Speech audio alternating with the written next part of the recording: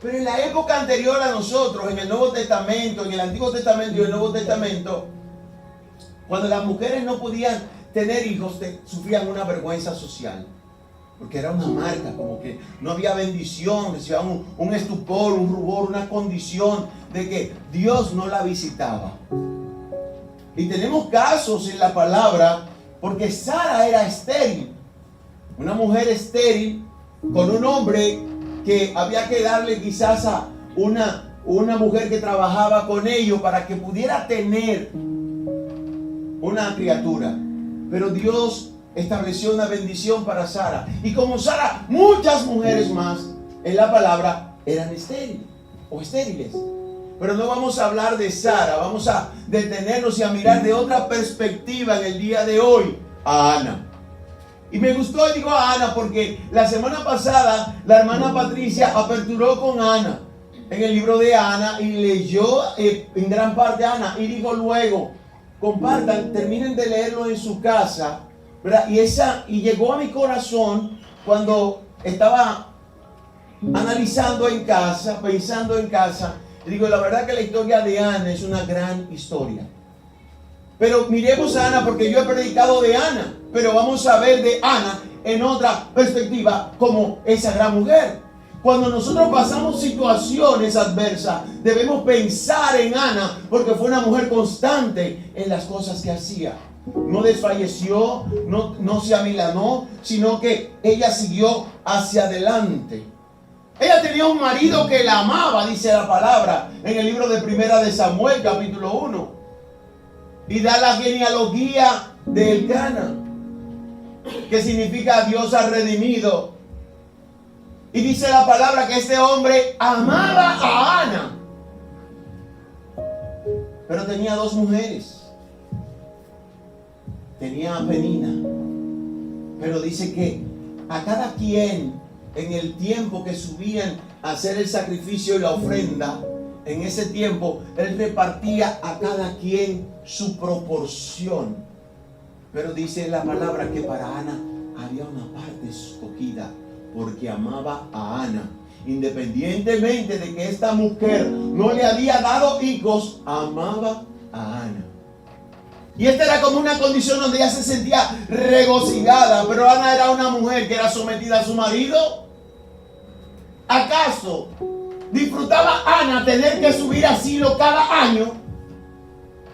Ana no disfrutaba tener que subir a Silo a hacer el sacrificio. ¿Tenía ella por qué hacer el sacrificio?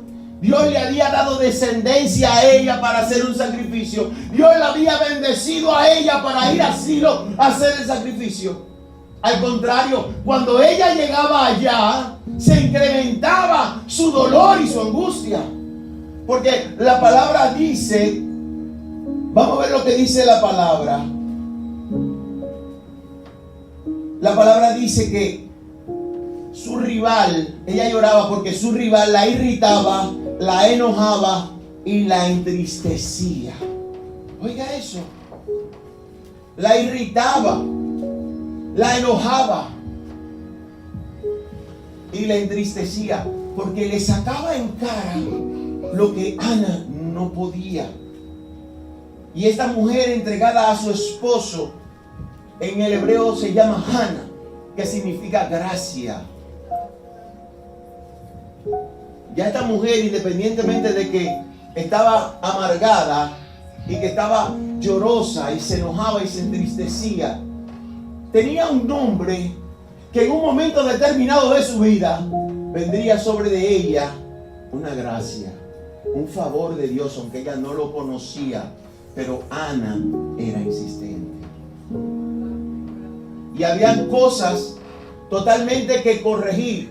Pero esas cosas que habían que corregir, o su esposo no se daba cuenta o se hacía de la vista gorda. Porque muchas veces el hombre se entera de lo que está pasando y es permisivo con aquellas cosas. No me diga en un momento determinado que el cara no sabía lo que estaba pasando, porque él vivía con esas dos mujeres. Una no vivía a 30 kilómetros y la otra apartada. No, las mujeres estaban ahí. Las mujeres estaban ahí, convivía con las dos mujeres. Disfrutaba de las dos mujeres. Pero resultó algo extraordinario. Porque este hombre se sentía bien porque tenía hijos de Penina. Tenía hijos y tenía hijas, dice la palabra. Y entonces en un momento determinado le dice: ¿por qué lloras? ¿Por qué no comes? ¿Por qué estás triste? Ahí afloró el machismo del hombre. El machismo que llevamos dentro, nosotros, que nos sale de a veces, y que lo tenemos dominado, pero nos sale de adentro, desde los pies. El machismo del hombre. No te soy yo más. Mírame. No te soy yo más que 10 hijos. Mírame, Ana, mírame. Yo soy mejor que 10 hijos, Ana. ¿No te crees tú que ese machismo y esa mujer con un dolor por dentro que se le estaba llevando, quién la trajo? Pero ¿saben algo? Ahorita estaba hablando el hermano Alex y digo yo, me cayó como anillo al dedo. Estaba hablando de inteligencia espiritual, emocional. Ana desarrolló inteligencia espiritual. Hoy se habla mucho de esa inteligencia artificial, pero Ana desarrolló inteligencia espiritual. Y vamos allá. Dice, se refiere a la capacidad de una persona para reformular y recontextualizar las experiencias desde una perspectiva que reconoce y valora su sentir y su pensar, y que toma en cuenta, oiga bien, toma en cuenta la convivencia con el otro para con ello transformar su comprensión de la realidad. O sea que Ana recontextualizó absolutamente todo, tuvo inteligencia espiritual para saber cómo ella iba a enfrentar a esta mujer que año tras año la molestaba, la ultrajaba y le decía cosas de manera constante, y la mujer vivía amargada. Pero Ana desarrolló inteligencia espiritual. Y eso es lo que muchas veces nosotros debemos desarrollar, inteligencia espiritual. Y Ana tenía una constancia que muchas veces los seres humanos perdemos de vista. Ana oraba constantemente. Y nosotros, cuando las cosas van bien, cuando el barco va bien, nos olvidamos de orar. Cuando las cosas fluyen, nos olvidamos de orar, de que tenemos que levantarnos temprano. Pero cuando viene la adversidad, cuando viene el momento, cuando el buque está cayendo a la profundidad, ahí entonces no cesamos de orar. Pero no era la condición de Ana. Ana oró constantemente y no perdió de vista que su fortaleza estaba en la oración, porque ella adoraba al que es su castillo, su roca, su fortaleza, su refugio. Salmos capítulo 18. Jehová es mi fortaleza, mi refugio, mi castillo, mi protección, mi escudo. No importa lo que se levante, yo sé que Él me rodea con su presencia y que mis enemigos tendrán que huir. Ana estaba consciente de eso. ¿Estaba dolida? Claro que sí. Esta mañana me comentaba una hermana: estoy en victoria. Aunque usted sabe, con todos los problemas que hay, pero estoy en victoria. No me detengo. Sigo hacia adelante y sigo declarando mi victoria. Ana tenía que ir a Silo porque era una mujer sometida y obediente. Y ella iba a Silo. ¿Pero qué iba a dar Ana? ¿Qué llevaba Ana para ofrecer un sacrificio? Quizás lo que había en su corazón. Como muchas veces cuando nosotros venimos a la iglesia en domingo como hoy, y en un momento determinado vamos a ofrendar o vamos a diezmar o vamos a hacer lo que sea, y no tenemos para traer al alfolí, pero diezmamos con el corazón, y Dios lo ve y te bendice, y luego tú puedes venir a tu casa y bendecirla, porque así hace Dios. Pero Ana tenía esa condición y todos los años era la misma rutina de manera constante. Porque me imagino que no era una condición de un día ni de otro, era cada año. La misma rutina, la misma pena, la misma situación, el mismo embrollo, las mismas palabras. Quizás se recrudecían en un momento más y en otros no, pero la palabra nos lleva en un momento determinado en el libro de Primera de Samuel, capítulo 1, versículos 10 y 11. Dice: ella, con amargura de alma, y me detengo ahí para volver atrás luego. Dice, forma de depresión, esa amargura, de depresión donde la persona se enfoca negativamente en el mundo exterior, pensando que ha sido tratado injustamente. Ana podía pensar que había sido tratada injustamente, porque mientras veía a la otra, pero miren algo, si nos detenemos y nos ponemos a pensar, la palabra dice que Penina que Dios le había dado hijos e hijas a Elcana a través de Penina. Pero fíjense algo, esos hijos y esas hijas se traducían en bastante amargura y dolor para Ana, porque cada vez que caía un muchacho en su vientre, Ana tenía que ver 9 meses de su rival. Era 9 meses soportando y esperando cada mes a ver si Dios bendecía su vientre. Y pasó largos años esperando que Dios bendijera a esta mujer de una manera especial. Entonces dice que la amargura produce presión arterial alta, desórdenes estomacales. Vemos en la palabra que decía que Ana no comía Ana, porque estaba triste, y todo esto la llevaba ahí. Dice problemas intestinales, insomnios e enfermedades cardíacas. Pero fue sabia. Tenía todo este revolú de problemas, pero fue sabia. Hebreos 12:15 nos dice lo siguiente: mirad bien, no sea que alguno deje de alcanzar las gracias de Dios, porque brotando alguna raíz de amargura os estorbe, y por ella muchos se han contaminado. Pero Ana no contaminaba a nadie. Ana tenía su condición, pero era una mujer sometida, y se ve que era una mujer que le gustaba manejarse con su entorno y tratar bien a su marido. Me imagino que el día que tenía que atenderlo, ¿verdad? Ana se botaba con eso. Cuando pasaba el verdurero por el frente, decía: tráeme este recadito de esto, que le voy a hacer una sopita a este hombre. Lo voy a atender, lo voy a preparar. Entonces vamos a suponer que fuera, no es un chiste, porque no estamos relajando con la palabra, pero lo atendía. Ella iba al mercado y tenía que comprar los frutos, tendría que comprar la indumentaria para prepararle algo que le encantara a su marido. Como usted lo hace. Como le hace una comida especial a su esposo, como usted puede hacerle una cena especial a su compañera. Amén. Entonces volvemos y dice que ella oró con amargura de alma. Oró a Jehová y lloró abundantemente, e hizo voto diciendo: Jehová de los ejércitos, si te dignares mirar a la aflicción de tu sierva, y te acordares de mí, y no te olvidares de tu sierva, sino que dieres a tu sierva un hijo varón. Miren, amados hermanos, esto es increíble. La mujer está pidiendo, pero nosotros tenemos que aprender a pedir. No podemos desenfocarnos cuando queremos algo en oración. Tenemos que ser concretos. Ella dijo un hijo varón. Ella dijo un hijo, puede venir varón o hembra. Ella dijo un hijo varón. Y yo lo dedicaré a Jehová todos los días de su vida, y no pasará navaja por su cabeza. Y aquí yo quiero que más adelante sobre los hijos resaltemos algo, porque vamos a continuar.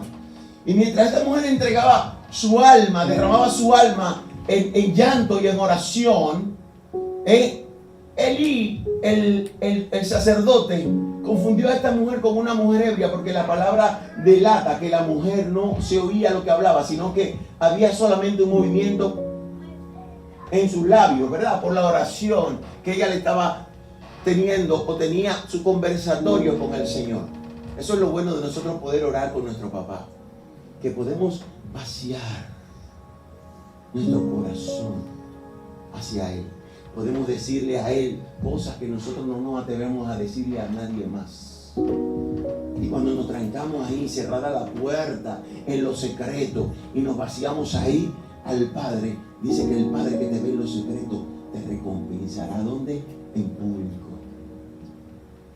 Y así estaba Ana. Y entonces este hombre la tuvo como por ebria, y le dijo: mujer, digiere tu vino. Ay, no, mi Señor. Y usted se equivocó grandemente. Ella no le falta respeto.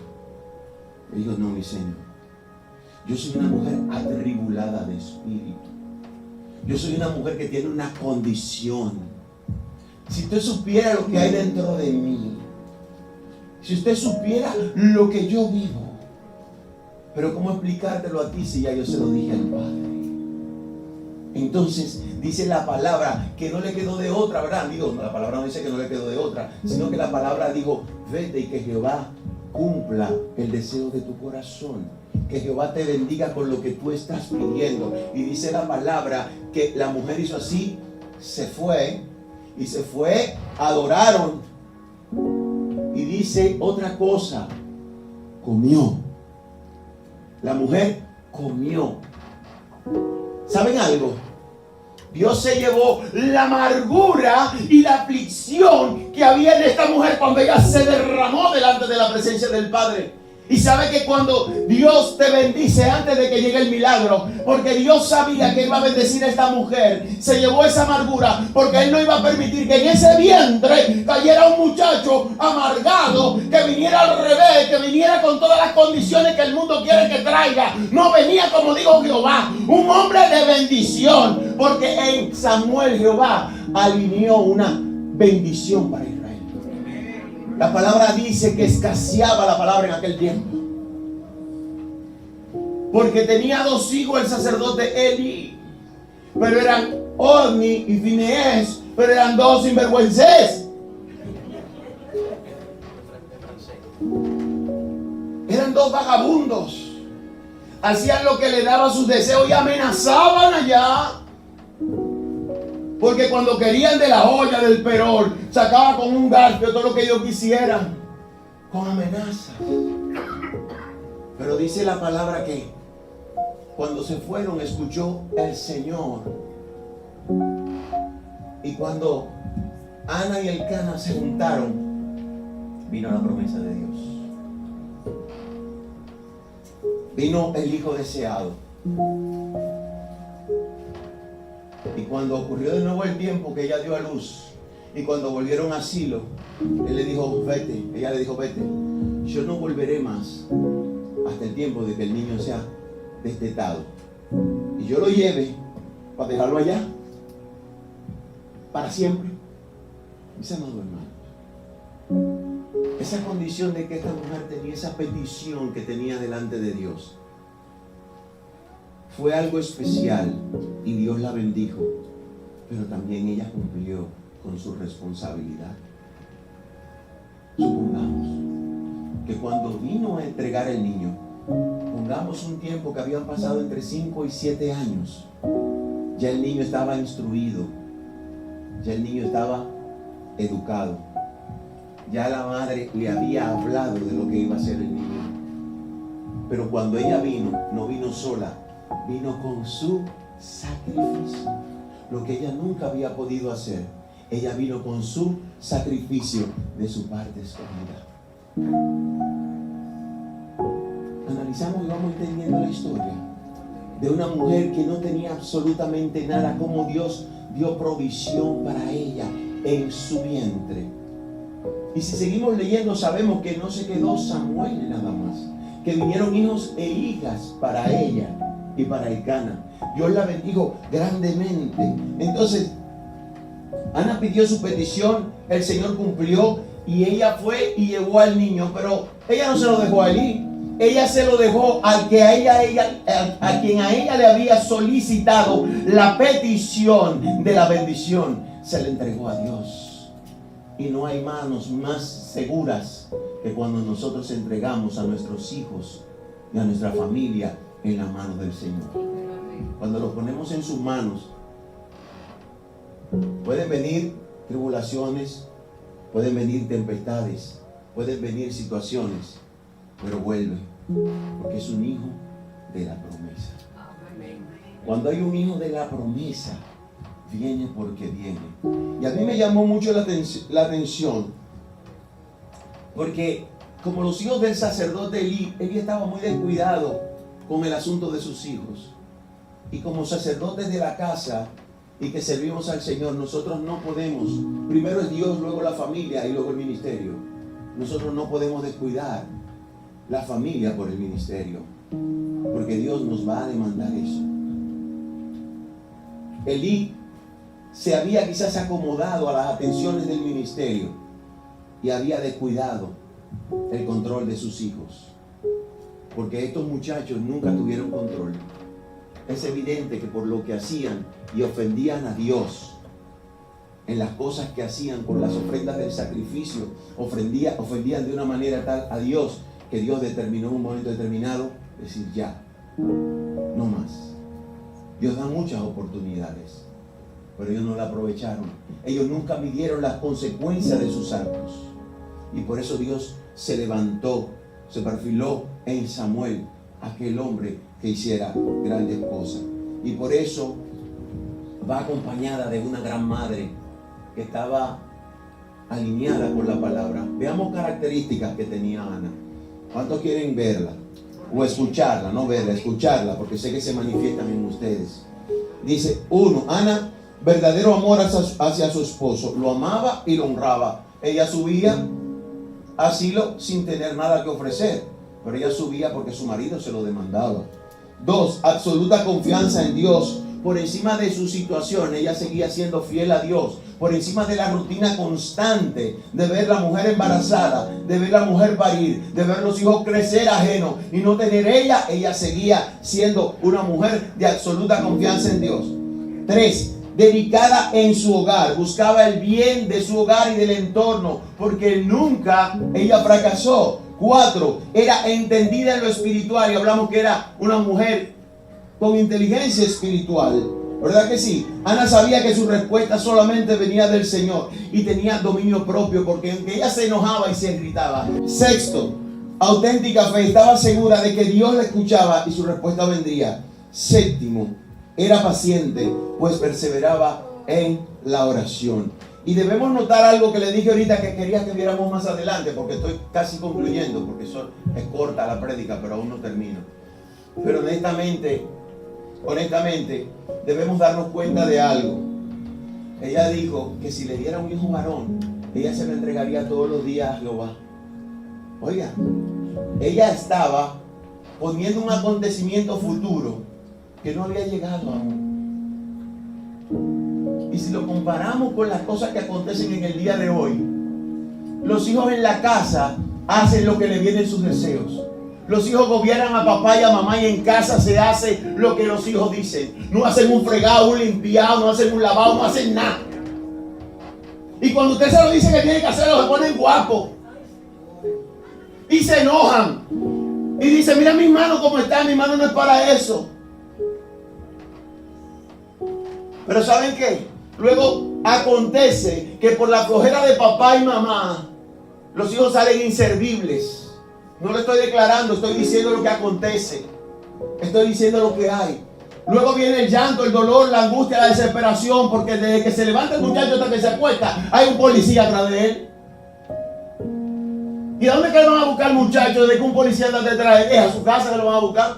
Y a zozobrarle a las 2, a las 3, a las 4, a las 1, a las 12. Las 24 horas del día, tocarle la puerta y a tumbársela. Y esa mamá viviendo en zozobra y en desesperación. Y el papá no sabe lo que va a hacer porque el muchacho salió como ellos permitieron que fuera. Tenga carácter. Cuando yo veo a esos muchachos que tornan, viran, nacen y jalan y los papás se quedan así, yo digo, pero no me corre sangre por la verdad. Yo quiero que se haga un chiste a la mía.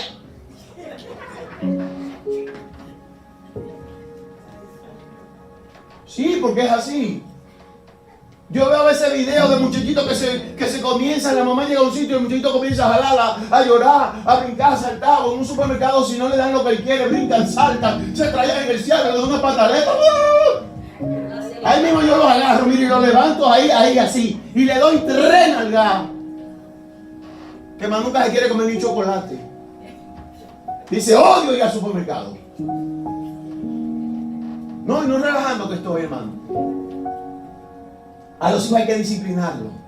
Y la disciplina trae castigo. Nada, absolutamente nada que usted haga en principio es suave y digerible, pero da frutos extraordinarios. Las correcciones, la disciplina dan frutos extraordinarios, porque eso le va a permitir a papá y a mamá descansar y saber que no va a venir a la puerta a tocarle absolutamente a nadie.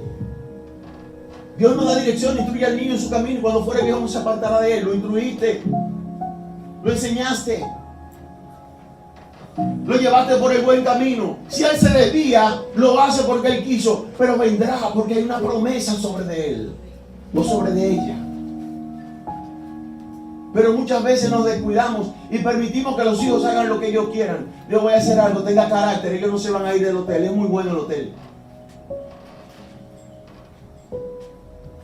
Mi hermano una vez le dijo a su hijo, de lo que tú ganas, tú tienes que poner 1,500 pesos cada vez que tú cobres, para enseñarle responsabilidad. Yo le digo, eso es demasiado dinero. Y ella le dijo, ok, coge tu ropa y vete. Paga una casa, paga el lavado, el planchado, mantente con todo eso por solamente 1,500 pesos. Se enderezó. A mí desde los 8 años que me daban una mesada, mi papá me dijo, usted compra su pasta de dientes y sus jabones. Me enseñó. Hay que enseñarle a los hijos. Y mire por qué se lo voy a decir. Lo pueden buscar porque no me lo estoy inventando. Para ser exactos, el 17 de este mes que recién finaliza, de junio, un periódico de circulación nacional publicó la siguiente portada: matan delincuente en Herrera. Su madre expresó, ya descansé. Oiga, expresó que fueron muchas las malas noches y las lágrimas que derramó tras su hijo pertenecer a la banda. Robaba y vendía drogas. Y por más que su madre y otros familiares lo aconsejaran, no entendía razones. Eso reseña el periódico. Y yo digo, aquí hay una condición. Él no estaba abandonado. Él tenía alguien que lo aconsejara, que no fueran los mejores consejos, pero lo recibió, no le faltó. Y oiga lo que dice el desenlace de la noticia que dice la madre. Ese muchacho me tenía harta ya. Ese muchacho me dio muchos dolores de cabeza. Ya descansé. No te imaginas las lágrimas que mis ojos echaron. Manifestó mientras esperaba el cadáver de su hijo en el Instituto Nacional de Patología Forense. Castigarlo y corregir a los hijos también es amarlos, porque se evita esa situación que esta mujer estaba pasando. Ana no dejó a Samuel a la aventura. Ana se lo entregó a Dios.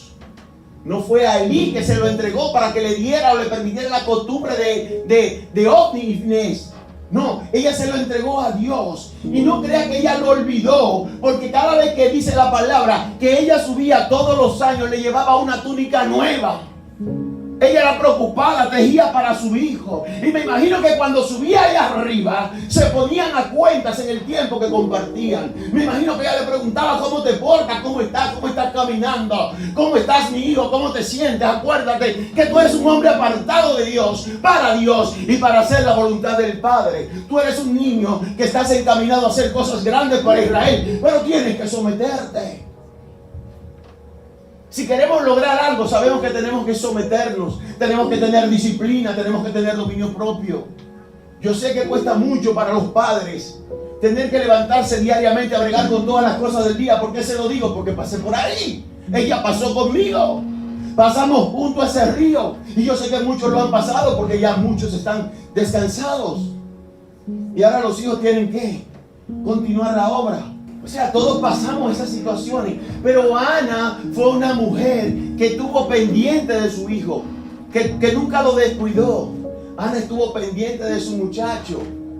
Ana sabía que este muchacho sería cosas grandes. Cuando dice la palabra que Dios lo hacía crecer en gracia, crecía en la gracia de Dios el muchacho. En un momento determinado Dios lo llama. Todos saben cuando estuvo en el momento de que Dios estaba llamando a Samuel. Y él le decía, dígame al sacerdote. Y cuando él se dio cuenta, dice, habla que tu siervo escucha, le vas a responder al Señor. Y ahí el Señor llamó a Samuel. Samuel hizo grandes cosas, unió a Saúl. Todos sabemos la historia que fue un rey fallido, pero no fue porque Dios quiso.